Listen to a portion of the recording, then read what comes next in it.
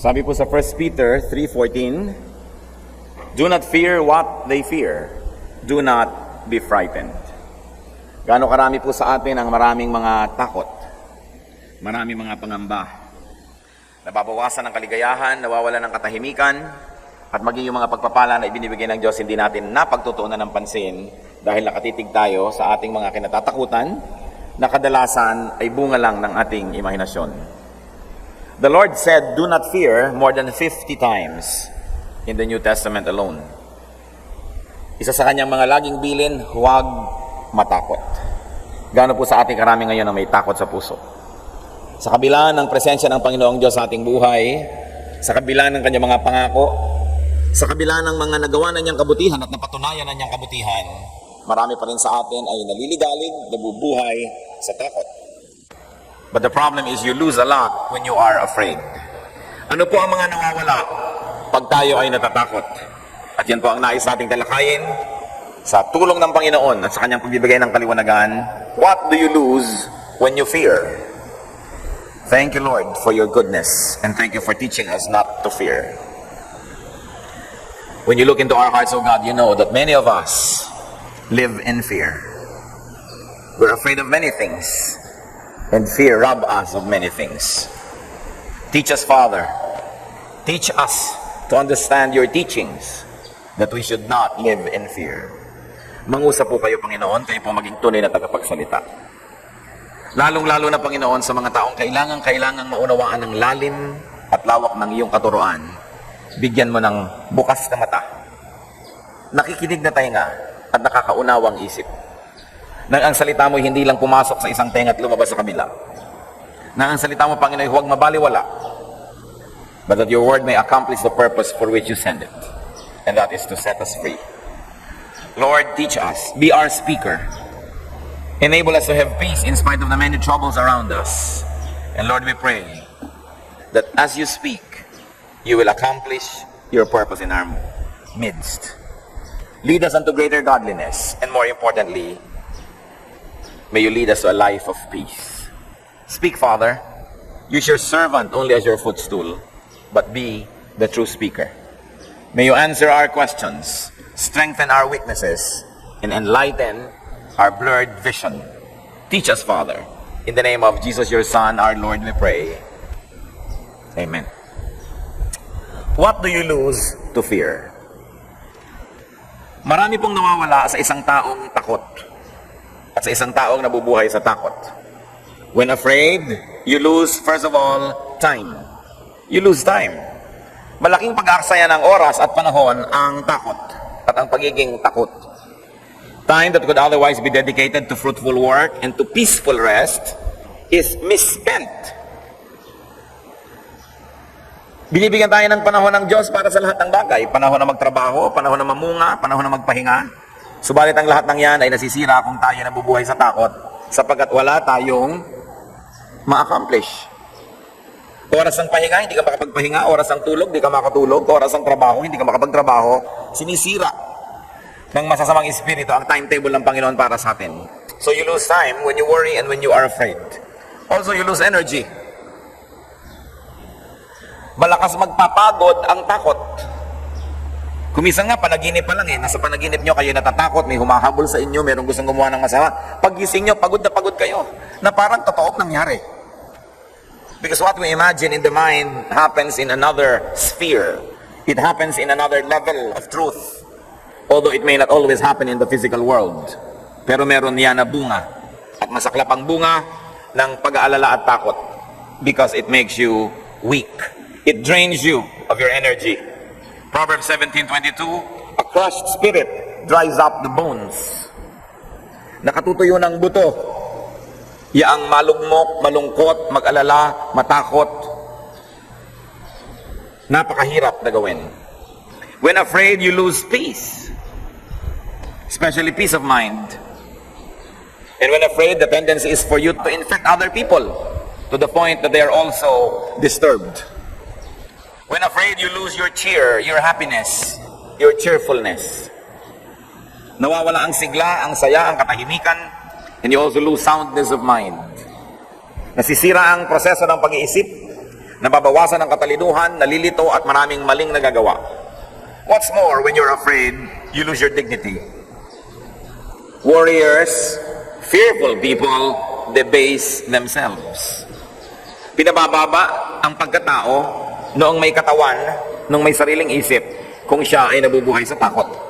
Maging si David, isang mahusay na mandirigma, magiging hari ng Israel, napakagaling na tao, pero dahil pinangunahan ng takot, nagbaliw-baliwan kahit na ang kanyang sariling dignidad ay napabayaan. Sa 1 Samuel 21, 12-13, David took these words to heart and was very much afraid of Achish, king of Gath. So he pretended to be insane in their presence. And while he was in their hands, he acted like a madman, making marks on the doors of the gate and letting saliva run down his beard. Alam niyo po noon sa Israel at sa mga kanugnog bayan ay may kaugalian na hindi mo pinapatay ang isang taong baliw. At sa takot itong si David na siya'y masaktan, ay nagbaliw-baliwan. Hayaan na lumolobo ang kanyang laway at tumutulo sa kanyang bigote. Kinakalmot-kalmot niya yung mga pintong kahoy hanggang magkaroon ng uka at marka ito. Nagpanggap siyang nababaliw dahil siya'y natakot na masaktan. When you're afraid, you lose God's favor. You lose God's blessings. Why? Because fear means lack of faith. Yang takot ay nagpapahayag lamang ng kakulangan ng pananalig at pananampalataya. At ang pananampalataya ang unang hinahanap ng Diyos upang tayo ay kanyang katuwaan. Hebrews 11:6, and without faith, it is impossible to please God. And when God is not pleased, what kind of blessings can anyone expect? Kaya napakahalaga po na may pananalig. Fear and worrying rob people of many things. Fear and worrying do not bring good to anyone. Luke 12:25-26, who of you, by worrying, can add a single hour to his life? Since you cannot do this very little thing, why do you worry about the rest? Oo nga naman. Sino nga naman sa kabila ng iba yung pag-aalala ang makapagdadagdag isang oras man lamang sa haba ng kanyang buhay? At sabi ng Biblia, kung itong maliit na bagay na ito, isang oras na idadagdag sa buhay mo, ay di mo kayang gawin kahit ka mag-alala, eh di lalong hindi mo kayang gawin sa pamamagitan ng pag-alala ang higit pang mga malalaking bagay. So bali, walang mag-alala. Mag-aalala ka tungkol bukas, wala pa nga yung bukas na hindi mo pa nga alam kung buhay ka pa bukas, nag-aalala ka pa. Nag-aalala ka tungkol sa next week, sa next month, sa next year. Meron akong payables next month, meron akong payables next year. Pag gusto po nating mag-alala tungkol sa darating pa, ang kailangan lang natin gawin ay lingunin ang mga nakaraan na at itanong nyo sa sarili nyo at sa Diyos, nagkulang na ba siya? Kasi kung nagkulang na ang Diyos, dapat patay ka na ngayon. Nagkulang pala siya eh. Nagkulang siya ng proteksyon, hindi napakama ka na hanggang mamatay dapat. Nagkulang siya ng provision, hindi dapat namatay ka na sa gutom. Nagkulang siya ng pag-aalaga sa iyo, so dapat namatay ka na sa pagkakapabayaan sa iyo ng Diyos. Pero dahil buhay ka pa, kumisan nga overweight pa. Kumisan nga ang inaalala mo dahil yung mga iiwan mong pamana kaya kalitong-lito. Hindi dahil wala, kundi dahil meron.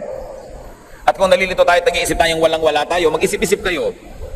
Madaling matakot sa kinabukasan, pero ang kailangan lang gawin, lingunin ang nakaraan at sabihin nyo sa sarili nyo, bakit nandito pa ako? Bakit nakatayo pa ako? Bakit buhay pa ako kung nagkukulang ang Diyos? All we have to do is remember God's good track record, and our faith will definitely be strengthened. How then can we avoid fear? How can we avoid losing to fear? Paano maiiwasan na malugi dahil sa takot? Unang-una, the obvious must be done.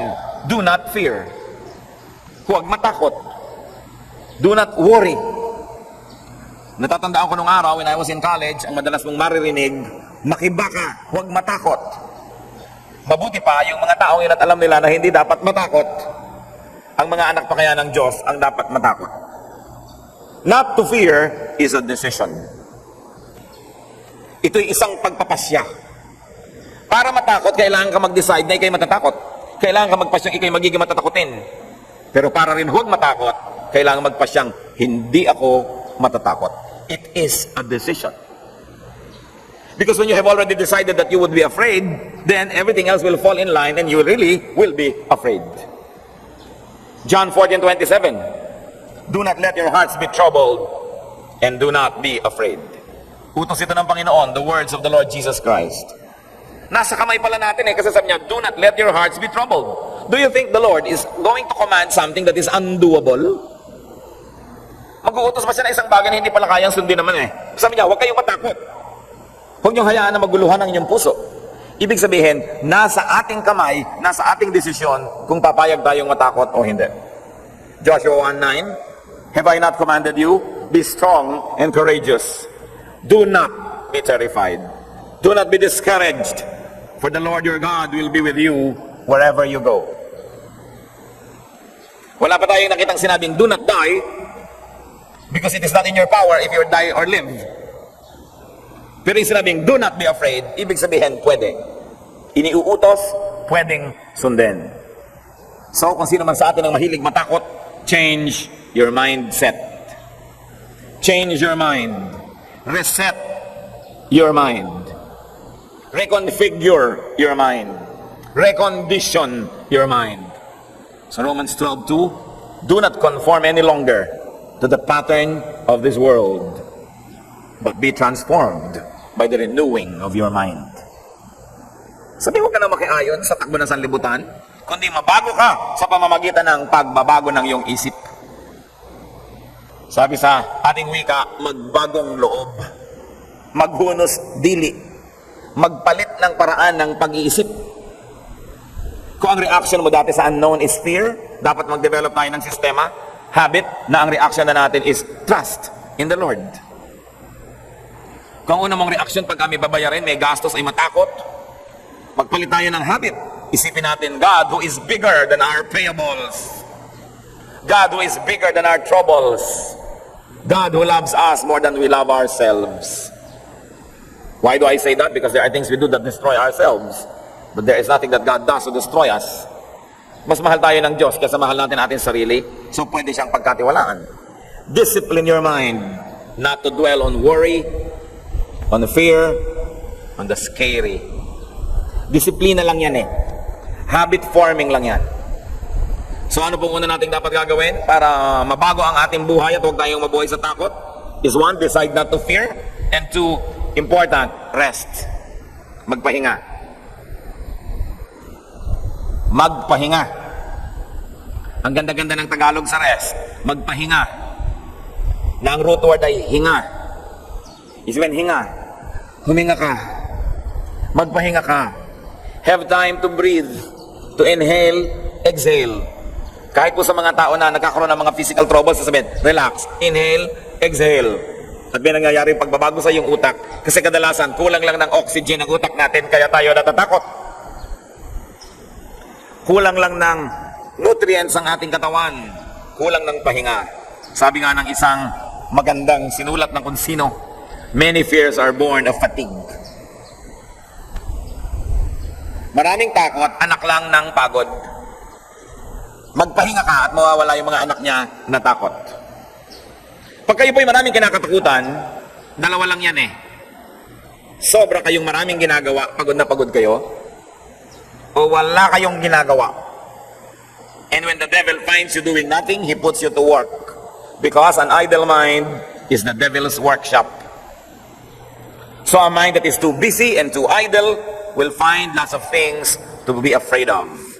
Huwag kayo magtaka, pati po si Elijah na isang napakadakilang propeta, dahil sa pagod, na iba ang pag-iisip at gustong mamatay. 1 Kings 19 verses 1 to 8. Now Ahab told Jezebel everything Elijah had done and how he had killed all the prophets with the sword. Ito pong si King Ahab, ang kanyang kasama na si Jezebel ay nag-sponsor ng state religion na puro kasamaan. Yung kanyang kulto ang ginawa niyang state religion. At si Elijah, nasugo ng Diyos, ang nagpapatay sa napakaraming mga pare nitong false religion na ito. At nagalit si Queen Jezebel, who at the time wielded lots of power over Israel. So Jezebel sent a messenger to Elijah to say, may the gods deal with me, be it ever so severely, if by this time tomorrow, I do not make your life like that of one of them. So sabi ni Jezebel, tinitiyak ko sa iyo kung anong ginawa mo doon sa aking mga alagang pare, gagawin ko rin sa iyo. Patay ka bukas. Elijah was afraid and ran for his life. When he came to Beersheba in Judah, he left his servant there, while he himself went a day's journey into the desert. He came to a broom tree, sat down under it, and prayed that he might, read church, die. Nakakita na ba kayo ng propeta na nanalangin, Diyos ko, patayin niya na po ako, ayoko nang mabuhay. I have had enough, Lord, he said. Take my life. I am no better than my ancestors. Then he lay down under the tree and fell asleep. All at once, an angel touched him and said, get up and eat. He looked around, and there by his head was a cake of bread baked over hot coals and a jar of water. He ate and drank and lay down again. The angel of the Lord came back a second time and touched him and said, get up and eat, for the journey is too much for you. So he got up and ate and drank. Strengthened by that food, he traveled 40 days and 40 nights until he reached Horeb, the mountain of God. Nakita niyo po itong napakagaling at napakabantog at napakamakapangyarihang propetang ito. Napagod siya sa kanyang kabanalan. Napagod siya sa kanyang mga kabayanihan sa dami ng kanyang campaign against this false religion. And when he was tired, he received a message from Jezebel, papatayin kita. Sa takot niya, siya'y tumakas. At matapos ang isa pang lalong nakakapagod na pagtakas, naglakad pa siya ng isang buong araw. At pagkatapos nung narating niya yung kanyang gustong puntahan, sabi niya, Diyos ko po, patayin niyo na nga ako. Sobra-sobra na ang aking mga dinaranas. Isang propeta na dahil sa pagod, dahil sa gutom, ayan ang nangyari sa utak. Gustong mamatay. Kung meron po sa atin na kuminsan ay gusto na nating mamatay, lalo't dinadaya tayo ng espiritong gusto nating magpakamatay, ng mga masasamang espiritu, pagod lang kayo, magpahinga. So, paano po ako magpapahinga? Ang dami ko nga problema. Magpahinga. Sometimes, kailangan mo sundin yung prescription ni Mao Zedong. Ano bang sabi niya? 1 step backward, then 2 steps forward. Ang sasakyan man kung minsan kailangan umatras para makaabante. Kung kayo nasa isang garahe at nasa harap ng sasakyan nyo yung dingding, di ba't kailangan umatras muna kayo bago kayo umabante? Eh ba't kayo aabante ng aabante kung tiyak na babanggalan kayo?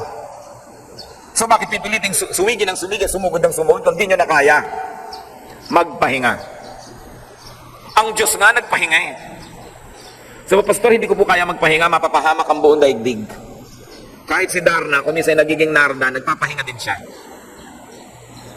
Kahit ang mga superhero, kung minsan ordinaryong tao lamang sila. Huwag niyong isipin na pag tumigil kayo maghanap buhay, tumigil kayo magsikap, tumigil kayo mag-alala, tumigil kayo magbunganga, at tumigil kayong magalit, ay titigil din ang mundo. Isipin niyo lang, umaandar ang buong Inglaterra, wala kayo doon. Umaandar ang buong Australia at maayos naman ang andar, wala naman kayo doon. So aandar din ang buhay ng pamilya nyo kahit pamisa-misa kayong mawala, magpahinga at manahimik. We need to rest. People underestimate the importance of rest, but you only have to remember that God put it as one of the 10 commandments. Sabi niya, you must rest. Because a tired mind becomes a devil's toy. It becomes a toy of the devil. Kailangan kumpleto ng oras ng tulog, ng pahinga, ng kain. Kaya nakita niyo po itong propeta, nakatulog sa pagod. Pero ginising siya ng anghel. Sabi, huwag mo muna ituloy ang tulog mo kasi walang laman ng sikmura mo. Heto ang bagong bake na tinapay, umuusok pa. At heto naman ang isang pitsil na tubig. Kumain ka at uminom. At ang ginawa niya, natulog. Pero ginising uli. Kumain ka at uminom. At alam niyo matapos yon nang magising uli, 40 days and 40 nights naglakad. 40 days at least. Lumakas uli siya. Kung meron sa ating may mga suicidal tendencies, magpahinga lang kayo. Pagod lang yan. Pagod ang kaiisip, pagod ng pagpupuyat, pagod na pagsisikap. Another way to avoid fear, trust in God. Magtiwala sa Diyos. John 14:1, sabi ng Panginoon, do not let your hearts be troubled. Trust in God. Magtiwala. Psalm 56:3-4, when I am afraid, I will trust in you. In God, whose words I praise, in God I trust. I will not be afraid. What can mortal man do to me? Sabi niya, pagka ako'y natatakot, papalitan ko yon ng pagtitiwala. Oras na ako'y tinutokso na ng takot, ipapaalala ko sa aking sarili kung sino ang Diyos. At ako'y magtitiwala. Another way to avoid fear is to live as to receive God's protection. Live in a way that you will receive God's blessing. Mamuhay sa paraan na nakakalugod sa Diyos at kung ganoon, tatanggap ng pagpapala ng Diyos. Jeremiah 7:23, obey me and I will be your God and you will be my people. Walk in all the ways I command you, that it may go well with you. Linaw. Sundin mo ko. Ang anong magiging bunga niyan? Magiging Diyos mo ako. At ikaw ang aking magiging bayan. Magiging ama mo ako at ako ikay magiging anak ko pag sumusunod ka. At pag ginawa mo yan, mapapasaayos ang lahat. Pero Lord, sumusunod naman po ako sa inyo sa lahat. 1, 2, 3, 4, 5, 6. Nagtatype naman ako, nagaganito ako, oo nga, pero hindi ka sumusunod sa isang utos. Trust. Hindi ka sumusunod sa isang utos. Have peace. Hindi ka sumusunod sa isang utos. Do not be troubled because you allow all of these things to trouble you. So akala mo sumusunod ka talaga, pero marami kang di sinusunod, kaya ka magulo. Akala mo lang, masunurin ka na nga. Saan ka naman nakakita ng Diyos na sinusunod mo na, tas ang bunga pa rin, magulo ka? Siguradong may problema. Ikaw at hindi ang Diyos. Ang mahirap sa mga tao kuminsan, nagiging self-righteous. Lord, naglilingkod naman ako sa inyo. Nagdo-donate ako, tumutulong ako sa mahihirap. Sinutulungan ko ang mga naguguluhan ng buhay, etc., etc. Ba't ang gulo-gulo pa rin po ng buhay ko? Well, meron ka pang hindi sinusunod. Trust. And trust is when you don't see a thing that intellectually tells you that you can trust. Faith is the assurance of things only hoped for. It is the proof of things that are not seen. Kaya mahalaga ma-develop po natin ang ating pananalig. Sa mga makatatakutin, mga kapatid, kung matatakutin kayo, I will encourage you, ituloy nyo yan. Patuloy kayong maging matatakutin. Pero, palitan nyo ang kinakatakutan. Fear God instead. Total, mahilig kayong matakot, sige. Kaya lang, sa Diyos na lang tayo matakot. Bakit ka natatakot sa momok? Bakit ka natatakot sa kamatayan? Bakit ka matatakot sa kasalatan? Bakit ka matatakot sa kawalan ng pera? Natakot ka sa Diyos. Psalm 33:18, but the eyes of the Lord are on those who fear Him, on those whose hope is in His unfailing love. So what does this verse tell us? That God gives us undivided attention. His eyes are on us. Psalm 34:7, the angel of the Lord encamps around those who fear Him, and He delivers them. Pinaliligiran ng mga anghel ng Diyos ang mga taong may takot sa Diyos. So God promises protection. But many people fear the enemy, not God. When you fear God, God lets His angel encamp around you, and you are protected. Psalm 111 verse 5, He provides food for those who fear Him. He remembers His covenant forever. Provision ang isang pangako dito. So what do we do? Stop all your needless losses to fear. Sobrang marami nang nalulugi sa inyo pag tayo ay natatakot. Si Abraham, isa sa mga pinakadakilang lalaki sa Biblia, but Abraham lost his holy standing to fear for his life.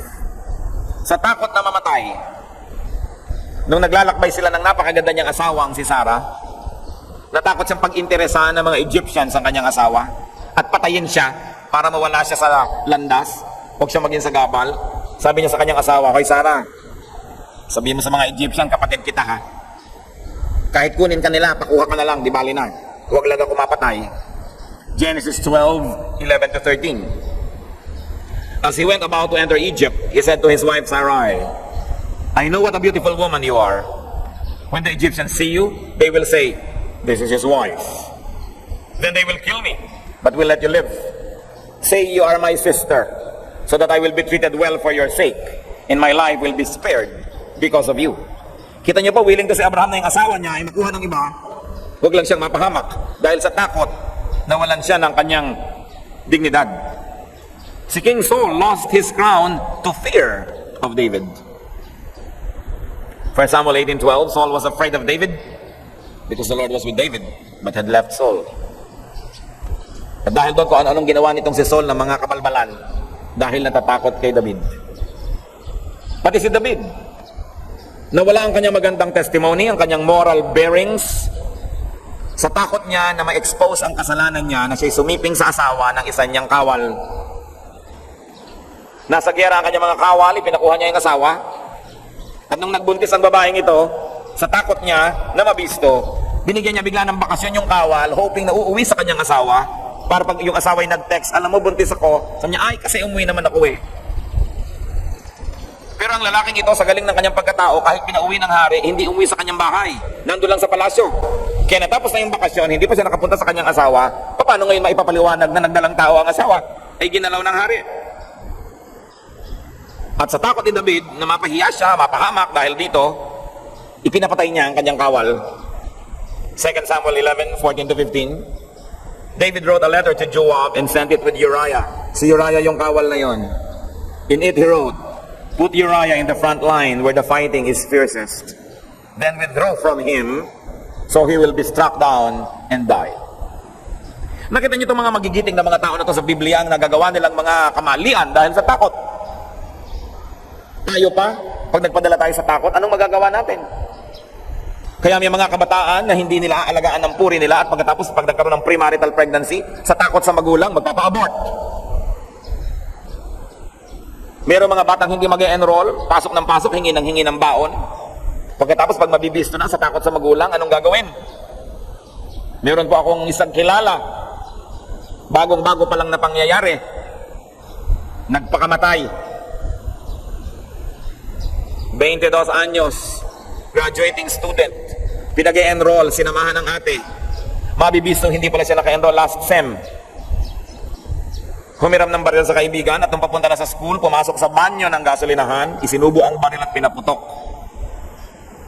Sa takot na mabisto na gumagawa pala siya ng ganon. Anong ginagawa ng mga taong natatakot? Sisingiling pa lang sa mga utang niya bukas o next month, nagpapakamatay din. Sinisira tayo ng takot. Pati si David, pati si Abraham, pati si Peter. Nangako yan sa Diyos, sa Panginoong Jesus. Hindi ko po kayo itatatwa kahit mamatay ako. Pero nung hinuli na ang Panginoon, at si Pedro ay susunod-sunod, bubuntot-buntot, at nakilala siya at mamukhaan. Sabi ng mga tao, di ba kasama ka rin ni Jesus? Hindi ah. Itinatwa niya ang Panginoon. He lost his testimony, his good standing, and his joy to fear. Matthew 26:69-74. Now Peter was sitting out in the courtyard, and a servant girl came to him. "You also were with Jesus of Galilee," she said.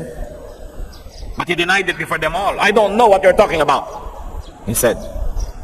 Then he went out to the gateway where another girl saw him and said to the people there, "This fellow was with Jesus of Nazareth." He denied it again with an oath. "Next man," sabi niya, "hindi ko siya kilala. I don't know the man. Promise to die. Swear to die ba yun?" May oath pa eh. After a little while, those standing there went up to Peter and said, "Surely you are one of them, for your accent gives you away." Then he began to call down curses on himself, and he swore to them, "I don't know the man." So para makumbinsi lang ni Peter na hindi siya kasama ni Jesus, nagmura pa. Para lang maging convincing ang kanyang denial. What happens to people when they are afraid? Kaya ang kautos-utosan ng Panginoon, do not be afraid. And very especially, do not fear men. Huwag matakot sa tao. Psalm 27 verse 1, "The Lord is my light and my salvation. Whom shall I fear? The Lord is the stronghold of my life. Of whom shall I be afraid?" That's Hebrews 13 verse 6. So we say with confidence, "The Lord is my helper.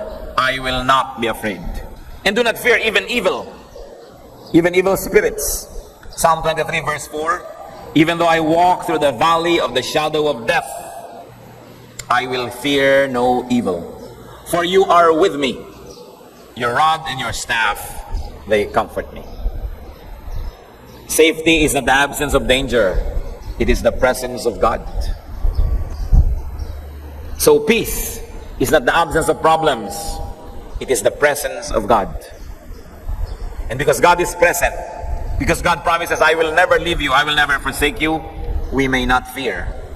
We can decide not to be afraid. I like to ask each and every one of us, what do you lose to fear? Anong nawawala dahil sa inyong takot? Mahalaga na unawain natin, sapagkat marami po sa atin pinangungunahan ng takot. At kadalasan yon are afraid to lose things. We are afraid to lose things. That's why we live in fear. Panginoon naming Diyos, kami po ay nagpapasakop sa inyo sa sandaling ito. Matapos naming marinigan yung mga salita at paalala, patawarin mo po kami kung kami ay nabubuhay sa takot. Patawarin mo po kami pag hindi namin nasusunod ang utos niyong huwag kaming matakot. Patawarin niyo po kami kung kami nagdududa kuminsan sa inyong kapangyarihan, sa inyong karunungan, sa inyong kabutihan. Siyasatin niyo po ang aming puso, Panginoon, kung ano-anong nawawala sa buhay namin dahil kami may takot. Gusto naming mawala ang takot namin, Panginoon. Pero dahil na rin siguro sa aming kasanayang pagiging matatakotin, nawawalan kami ng kapangyarihang gawin yun. Kaya ngayon, gusto namin, Panginoon, na hipuin niyo po kami. Paghimalaan niyo kami, Panginoon. Muli niyong palakasin ang aming loob. Muli niyong palinawin ang aming isip. Alisin niyo po ang mga takot sa aming buhay. Alisin niyo po ang aming habit na pagiging matatakotin. Gustong-gusto namin gawin, subalit kailangan namin ng iyong tulong, Panginoon. As we open our hearts to you, as we agree with you, O God, that we should not fear, will you touch us now and strengthen us and make us brave? Make us strong. Lord, may you be glorified in our lives. Mabaligtad nawa, Panginoon, ang lahat ng mga negative na nangyayari sa inyong mga anak. Ang lahat ng mga takot, ang lahat ng mga pangamba at panghihina ng loob, palitan mo ng tapang. Kaya niyong gawin ito at nananalig kami, Panginoon, na kung kami susunod sa inyo, ito po yung magaganap. People of God, thank God for receiving what you have asked of Him.